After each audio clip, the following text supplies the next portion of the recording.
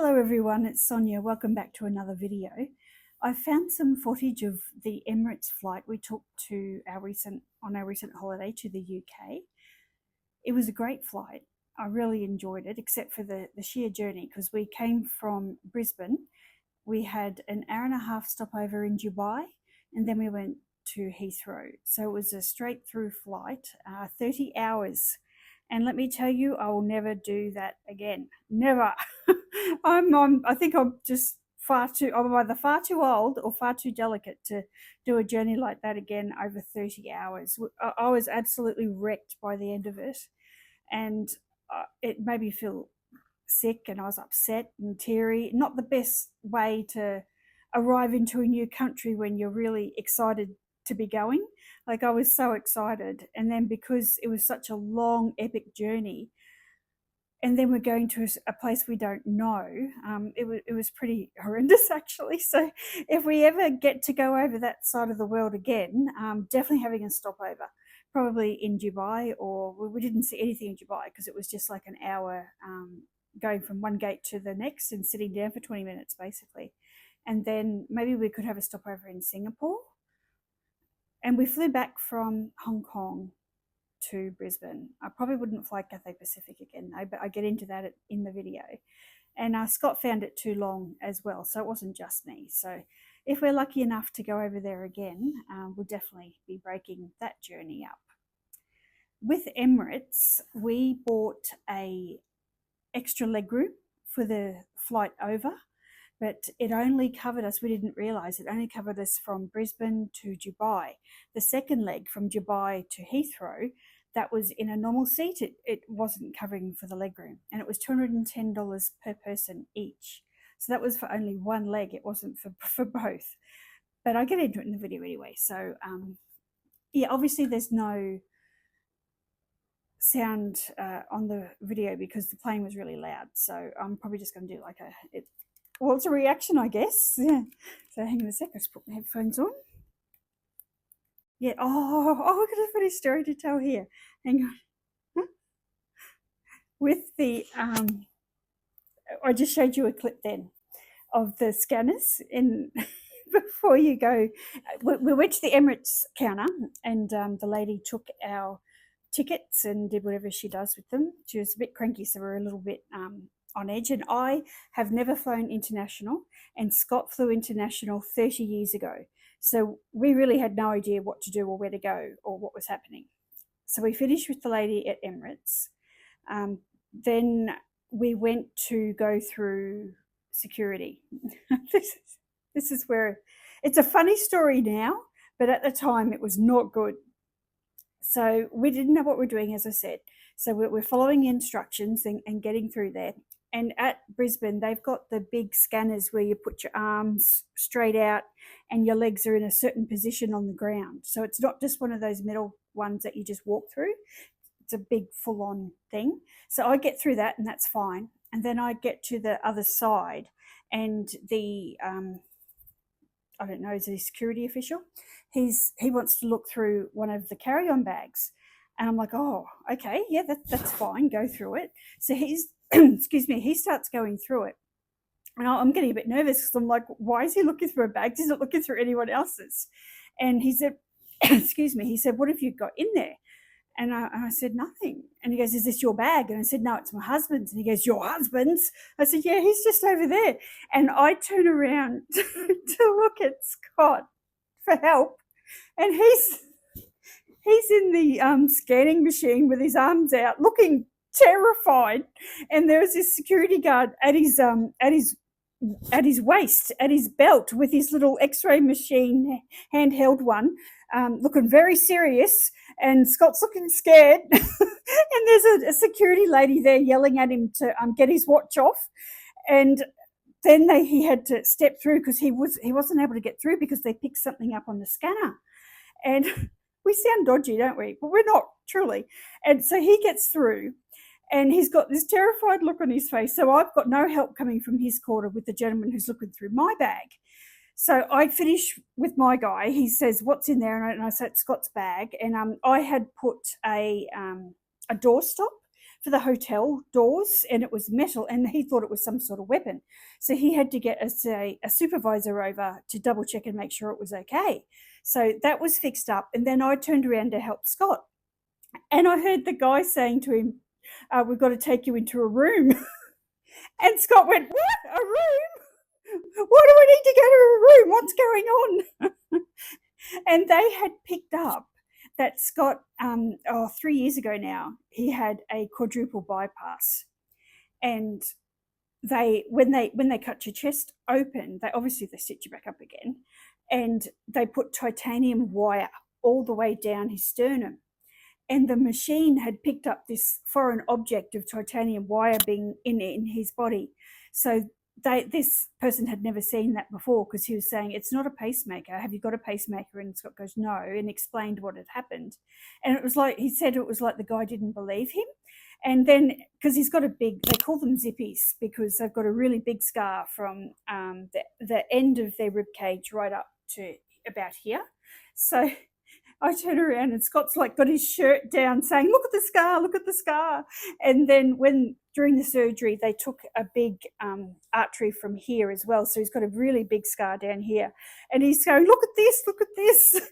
So they didn't end up taking him into a room, and they let him go. They were good natured by the end of it, but that was a bit hairy there for a while. So here I am turning around looking for help, and he's being molested by the security guards in the x-ray scanner. So that was an experience. So we passed that. We need to have a bit of a sit down after that, because it was traumatic. And then we come around the corner and we've got Border Force. Hang on, let me just go a little bit further in the video. I'm getting a little bit excited. Yeah, this is what I was about to talk about.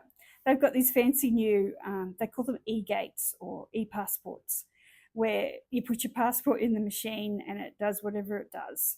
Checks that it's valid and spits out a bit of paper, and you've got to keep that, and it takes a photo of you, and then you go to the next gate and takes a photo of you to get through. But we didn't know any of this, and we couldn't, because we were still upset from the security, and we couldn't work out how to put the passport in the machine.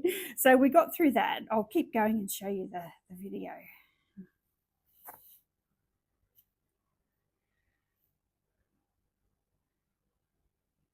Yeah, this is not me, by the way. I was far too scared to take any kind of footage anywhere near security or Border Force. So I've got links in the description to the gentleman who I got this video from YouTube. And the next clip as well is not mine. Yes, this is where it takes your picture and recognises you and lets you through. Sweet lady here, she must have had trouble with it like I did. So the young man helped her. It was quite efficient once we realised what we had to do, but there's really no signs telling you where to go, what to do. I thought I was being funny here. Health warning.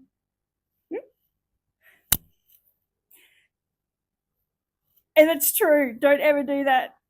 Oh, Breaking Bad. I forgot I did that. Oh, yeah, this next little part is just a little bit of fun for me and Scott, and any Australians that are watching us. You'll remember this.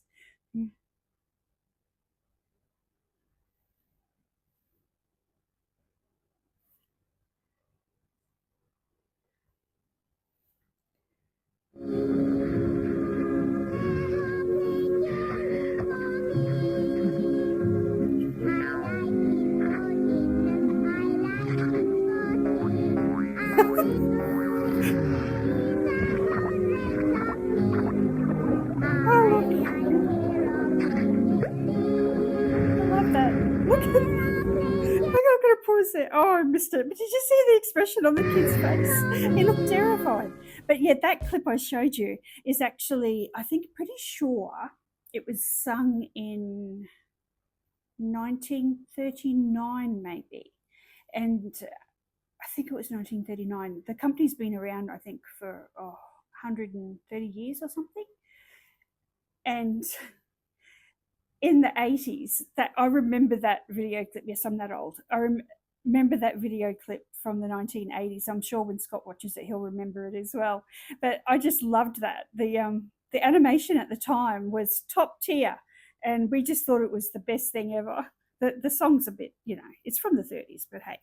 And that the lady who sung that, Joy Kelly, I think her name was Joy Kelly. It's in the description anyway, but she was a sweetie.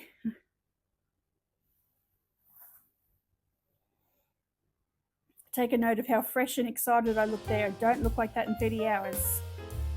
Yeah, it was pretty much empty except for people on our flight.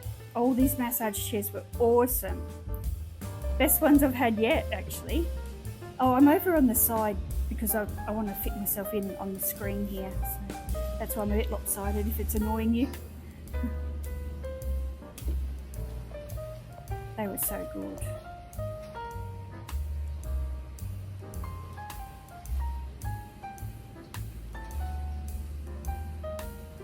I was getting really excited by this time because we'd been there like 3 hours early. Oh, I'm supposed to be talking to you, aren't I? This was the free gift from Emirates. When we got, I was so impressed with Emirates. Absolutely loved the flight that we took, both of them really, with them. And the people, the air attendants, they're so beautiful. Like men and women, they're just so beautiful. And you're, particularly on the second flight from Dubai, I'm looking like an absolute hag because I've hardly slept. I'm all puffy and gross, and I'm starting to get teary near the end of that flight too. And these goddesses just walking down the aisle, lovely, and helping you out. And they're so friendly too, you know, they're just, it's a really nice flight. And I was so excited. We got on because we flew economy, and then we got the little bit of exit legroom in the exit aisle, as I mentioned, and waiting for us there was like a little blanket. Was there a pillow? Yes, there was a pillow, and this little pack. See that the top blue one, you probably can't see where I'm pointing, I'm getting confused. Yeah, the blue one and that little brown one underneath it is like a little zippered pouch, and in there you get the eye mask, you get socks, earplugs, bookmarks, toothbrush, and paste. People were cleaning their teeth in the toilets as well near the end. And I was just so excited to get that. I just thought it was a lovely touch, and it was economy. I was very happy with that.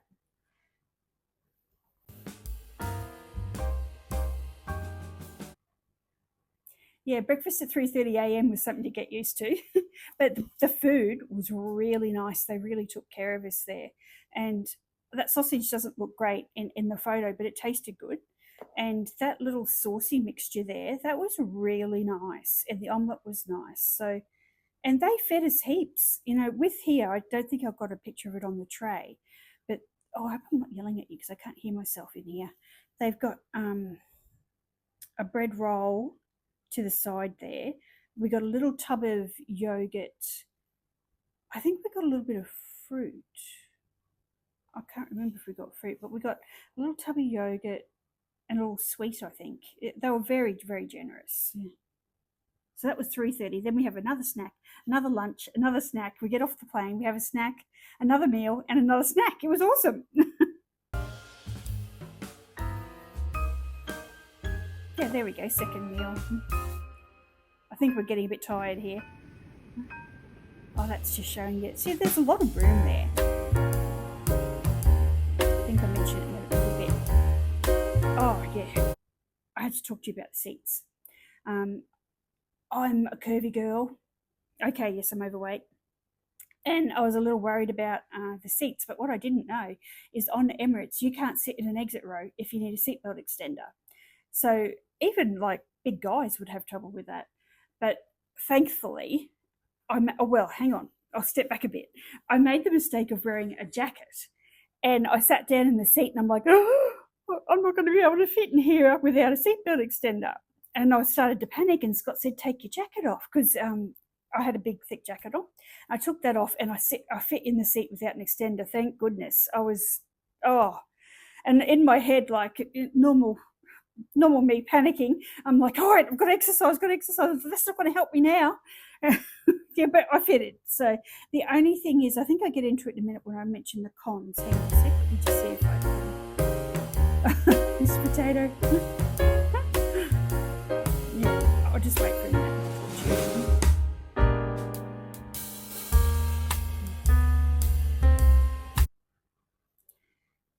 Oh yeah, and there was the lady attendant that I was speaking with. She had an extender belt in her hand, and she was very discreet and very nice. She wasn't judgmental whatsoever, but I didn't need it, so that was great.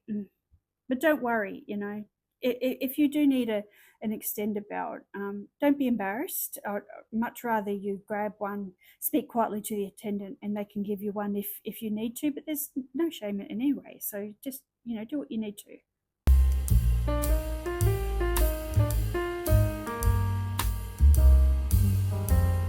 Yeah, a little bit wider on the second leg. Oh, yes. Yeah, anyway, it was on the second leg with Emirates, the seat was just a fraction wider, which was good because we didn't have the extra leg room.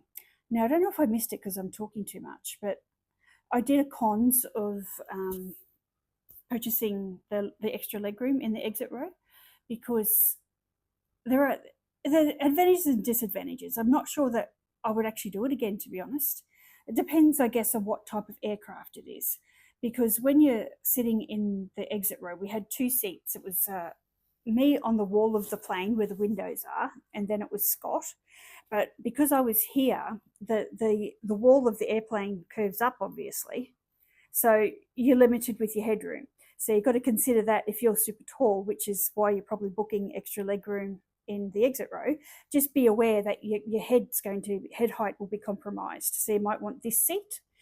And then also it's quite a good area in front of you. However, that's a good area for everyone to congregate when they're queuing for the loos, and also for little children to work their energy out.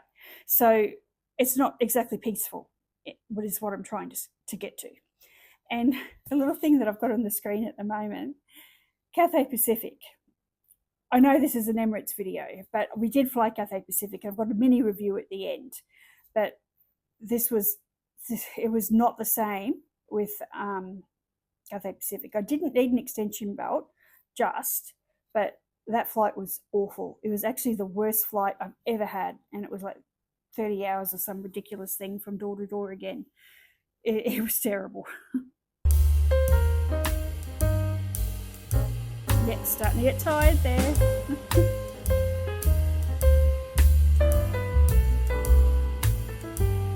Oh, that's it. Yeah, that's the flight attendant. That's another thing. Because our seats are right in front opposite that flight attendant's seat there. And you're sitting in front of each other for like half an hour, maybe 40 minutes. It gets a bit awkward sometimes with the eye contact, but they're lovely people. So, we were having a chat with them. But I hope they never do what the trains do here in Brisbane, how they've got the four seats two seats facing each other, so you're eyeballing each other, and there was nowhere else to go, and you can't have the TV on or anything because you're taxiing in or flying around up above. So that's interesting. I'll show you the toilets later. Oh, this is my favourite part. They dim the lights, ready for sleep, and honestly it was like being outside, sleeping outside with the evening stars. It was really, really nice. Oh, that's the cons to the exit row. I think I told you everything. Yeah. And the entertainment system was really good as well, much more than Cathay Pacific. Scott enjoyed it. They had lots of movies and TV. I think I watched Inside Out too. The lighting's a bit off there because it was like cabin lighting. You can just see those fairy lights there, but when they turn the cabin lights off, it's beautiful. Makes you feel a bit special going in there. I'm not in the toilet. I mean on Emirates. Oh. Yes, it was cleaned pretty regularly. More so on the first flight than the second. But they were really busy on the second. It was a much bigger plane. Yeah, and they've got a baby changing area. And yes, I hope I'm not odd for showing you the toilet in such detail, but that's something I'm concerned about. And I fitted in there fine in the Emirates ones. Cathay Pacific was really tight, but the Emirates one was fine. I could turn around, bend down, lean up, all sorts of things. Oh, it's a bit fast. Sorry, I'll try and slow that down.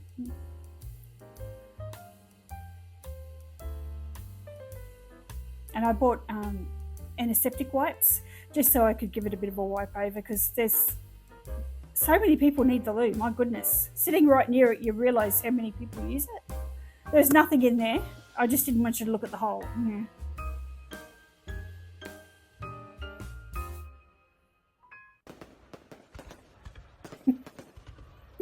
Sorry. Oh, I can't look at that. I'm not pausing on that. Please don't pause on that, anyone. Yeah, so this is, that before picture was Heathrow. We were just had it. We were completely at our limit. So we didn't, am I looking in the right space? Yeah. We're completely at our limit. So I didn't take any footage of Heathrow. I'm really sorry about that. But Heathrow was a pretty good experience because we've got, an accepted passport because we're Australians going into the UK. I guess they call it the express lane, but it was really easy for us to go through. So that was pretty painless.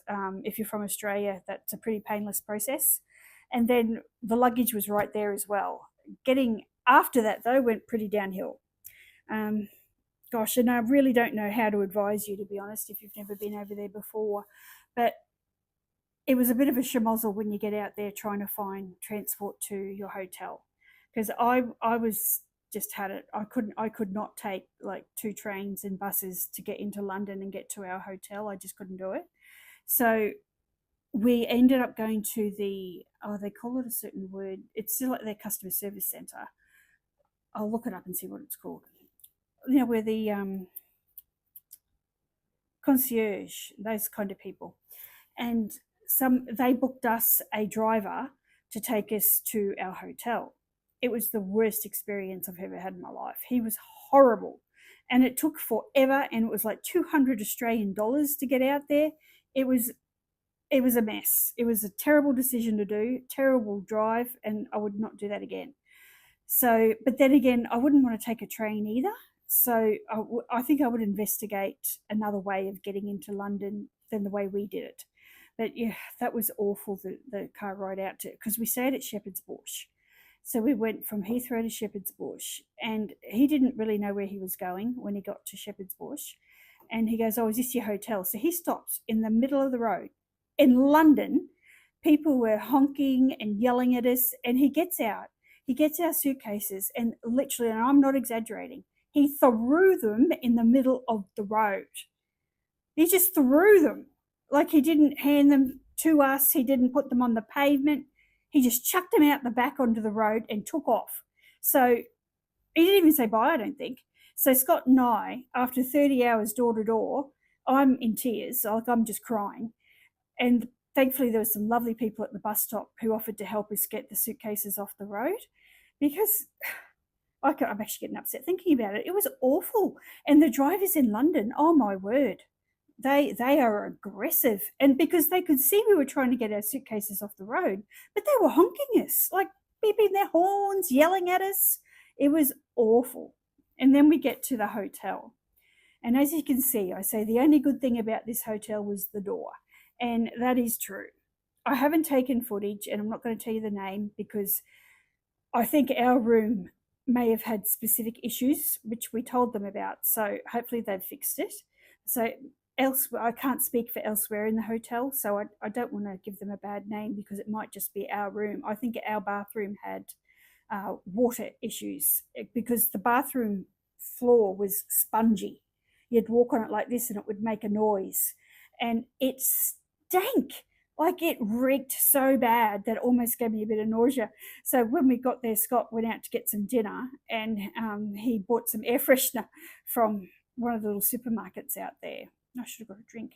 Yeah, and he came back, and we had to spray all the room, and it stunk. And you'd get used to, they couldn't put us anywhere else, so we had to put up with that room. And then we were there for maybe 3 or 4 nights, I think. And every time we'd leave the hotel, our noses would get, used to the fresh air, and we'd come back in and it would hit us in the face again. It was awful. Oh, thanks, honey. Some water. Oh, and they had a nice restaurant downstairs. This really was a terrible flight. Scott's seat was broken and the recline kept going back into this guy's seat behind us. And it was just so cramped and awful. But thanks for watching the video, everyone. And I will see you in the next one. Please like and subscribe. Bye.